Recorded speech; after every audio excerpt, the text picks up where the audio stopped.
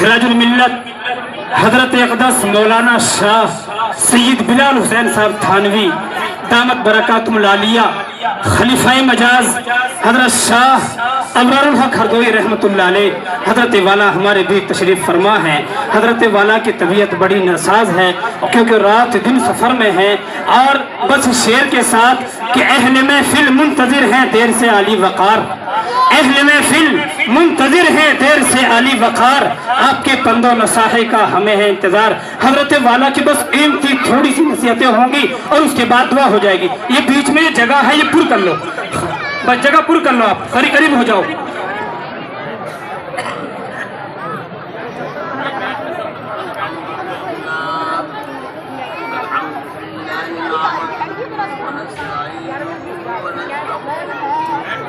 ونؤمن به ونتوكل عليه ونعوذ بالله من شرور أنفسنا ومن سيئات أعمالنا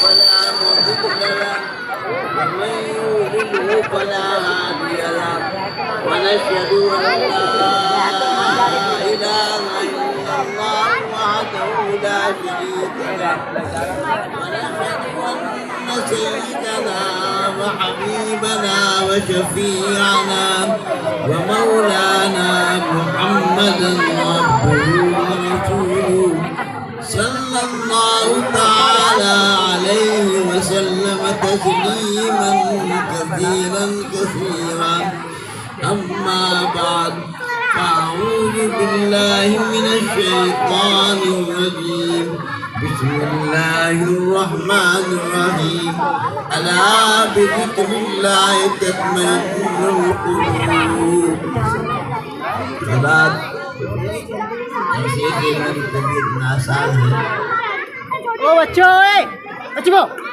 اور پھینک دے گا تو بول کے تو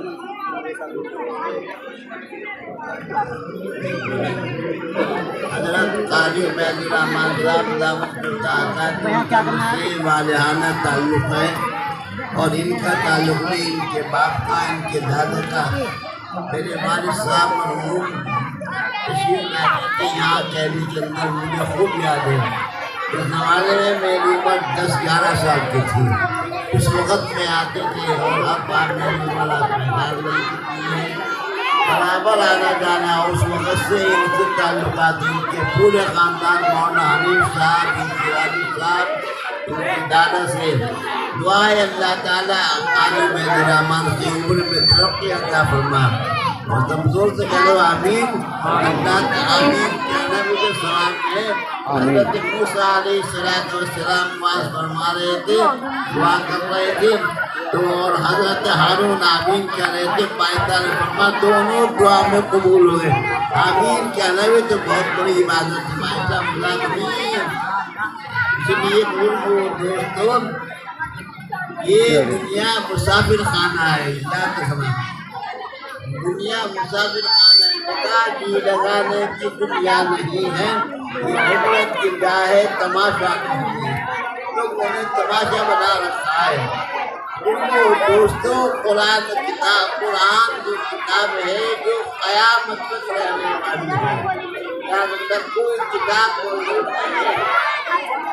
اور بھی کتابیں نازل ہوئی، توریت، انجیل، صحیح ہے، لیکن کوئی بھی دنیا میں موجود نہیں ہے۔ اس کی کیا وجہ ہے؟ آپ تمام اور سے سنیں، اس کی وجہ یہ ہے اللہ تعالیٰ نے کسی کتاب کی حفاظت کا وعدہ نہیں فرمایا۔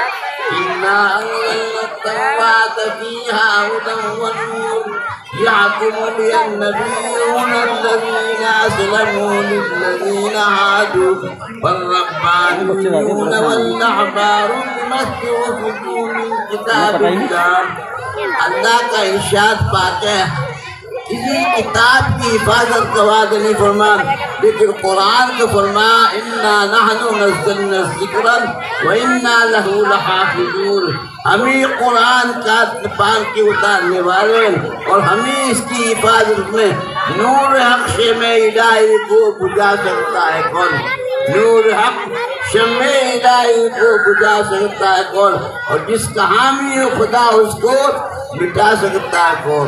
اس سفینے کا ایمان خدا ہوتا ہے، لاکھ موجوں سے وہ ٹکرائے تو کیا ہوتا ہے؟ اور مدعی لاکھ برا چاہے تو کیا ہوتا ہے؟ وہی ہوتا ہے جو منظور خدا ہوتا ہے۔ یاد رکھو بزرگوں اور دوستوں، یہ قرآن پاک کتاب ہے، قبر میں ساتھ دینے والی۔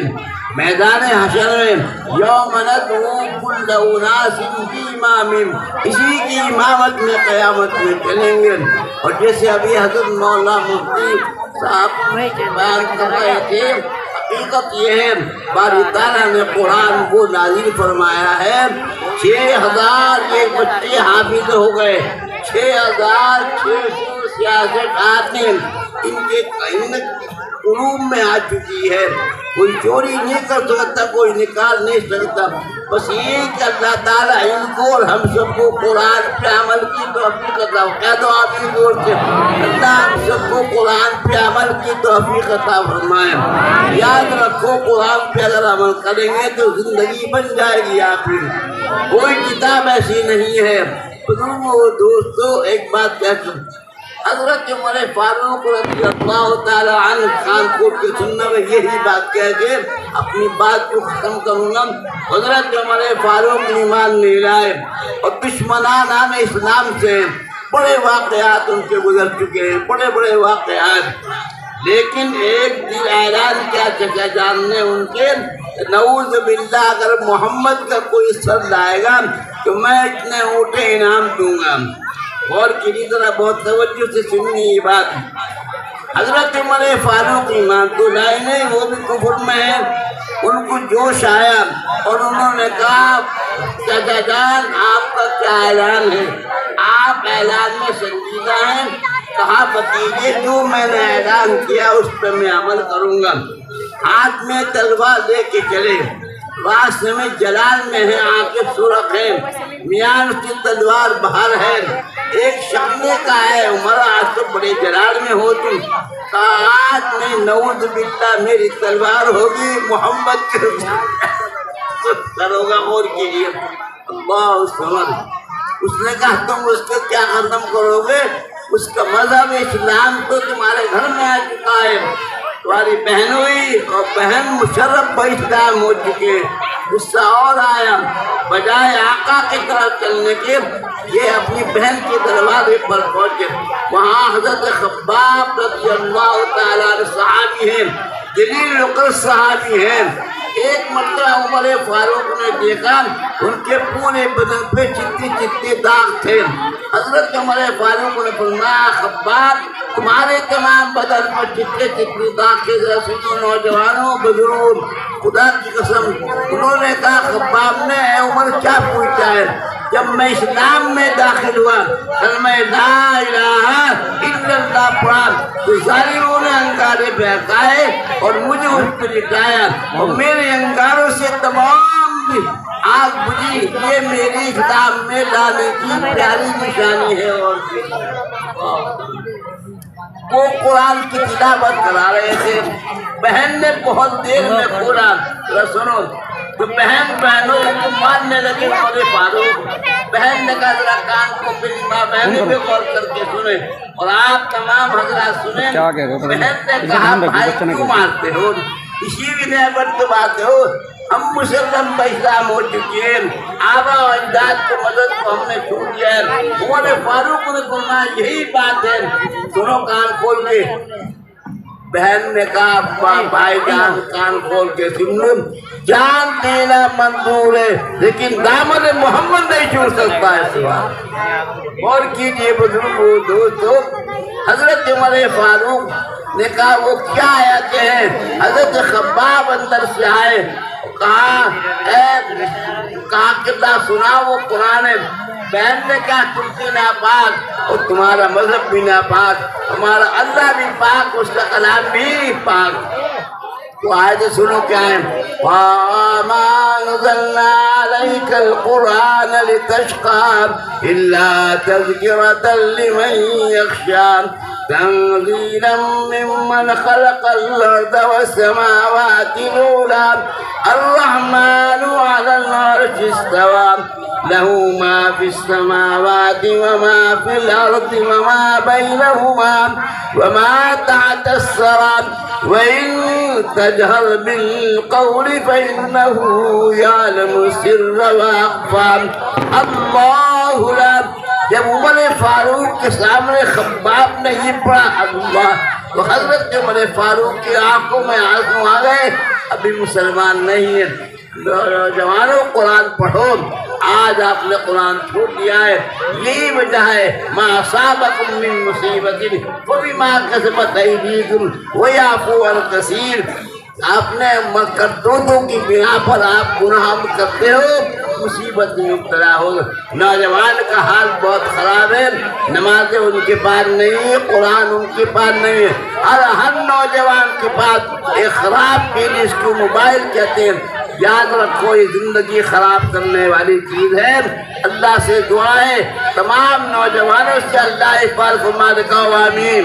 اللہ مسلمانوں کو اس سے میں فرما دے. بزرگوں دوستوں، قرآن کے تعلق آج قاری عبید الرحمان دعوت برکات ان کی محنت نظر آئی مجھے. ماشاءاللہ بڑا شاندار مجمع ہے آپ کا. ان کی محبت میں آپ سب آئے ہیں اور قرآن کی محبت میں آئے. مدرسے سے آپ کا تعلق ہے اور ان سے تعلق ہے. انشاءاللہ جب یہ جنت میں جائیں گے تو سب کہہ دو آمین، ہم بھی جنت میں جائیں گے.